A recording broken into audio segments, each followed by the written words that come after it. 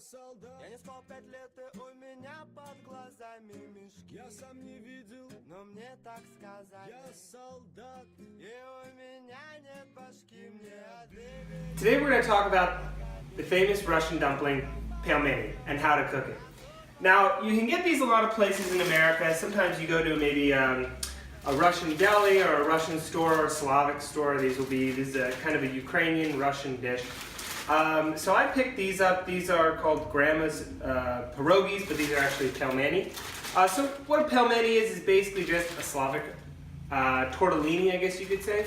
This one is in lamb, and this is a nice thing to have on a cold winter or fall day. It's really easy to cook, shouldn't take too much time, and it's a nice hearty meal. So cooking pelmeni is actually not so difficult. You just have to follow these tried and true rules. So what you really need for cooking pelmeni is just an oven or a fire if you're out in the Russian wilderness, a pot, and you can cook it in water. I'm cooking it in water today, but you can also cook it in chicken stock. It's really not so hard. So the first thing you want to do is bring your water or chicken stock to a rolling boil. So this was at a rolling boil, so let's bump it up again, and we will return when it's a little hotter and we can cook those pelmeni. So when we're waiting for the water to boil, we're going to go through a couple types of pelmeni. For me, I just chose lamb. Lambs are pretty basic, but you can also get chicken, potato, cheese, many variants. In the US, it seems, when I went for these, just lamb, there was mushroom. In Russia, there are many more variants. You go to the grocery store and there's entire aisles of pelmeni. But, you know, in America you can still find some, but I prefer lamb. If it's a fasting period, the Russians are fasting sometimes for Great Lent, potatoes will be best for that situation. So it looks like our water is coming to a nice boil right now, so I want to turn it down. Don't want to go in too hot, because if it goes too hot, this pelmeni will start to break apart. And you want to keep them in good condition, so you don't want it too hot when you add it. So I'm just going to take the pelmeni. See, it's got a little bit of a rolling boil, and we're going to just kind of dump a couple of them in, not too hard, a little gently, gently, gently. Remember, these are very filling, so don't put too many in. They really, you know, I'm making enough for 2 people at the moment. Okay, so I've added the pelmeni in, and I'm going to add a little bit of salt, a little taste. And this is pretty easy. I'm just going to wait for it to get a little warmer. Remember, not a heavy boil. You do not want these pelmeni to break. So I'm just going to cover it lightly, and we're going to wait a couple minutes until it gets a little hotter, and then we'll explain when to take them down and drain them. Okay, so the pelmeni have been boiling lightly for about maybe 10 minutes.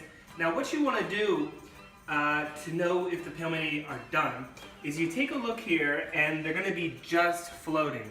That's what you're looking for. If they're not floating, they're not ready. So you see here, down here in these pelmeni, you get real close in here, they are floating, which means that they're just about ready. So the next thing is, and this is something I learned in Russia, in my time there in Moscow, is that they're not ready yet. So what you want to do is you want to turn the heat off, and you want to leave it. You want to put the cover back on and leave it for 5 minutes. 5 minutes, and just let them sit, and then they'll be ready to eat. Have been let them sit for about 5 minutes, and I think it's time. So we're going to slowly take them off here. Looks good, smells good, and we're going to drain these here just over in the sink. Looks good. Make sure you get all the water out. There we go. Working it, making sure there's no water. And then I'm just going to put a couple of them here in the bowl. And then the last thing is, there's a couple ways to serve pelmeni. For me, I like it basic. We just got some nice sour cream from our local Wegmans. You can do parsley, you can do green onions, sour cream is a staple, you can also do butter. Many different variants that you can serve these pelmeni in, but I like to just do the basic sour cream.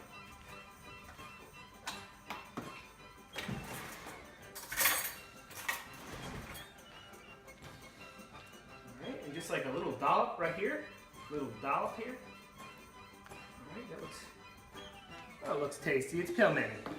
Okay, and then just a little salt on top here, and It's the moment we've all been waiting for. See how these pelmeni taste. It's a nice, rainy, cold day here. It's a perfect day for pelmeni. Восточные сказки, зачем ты мне строишь глазки?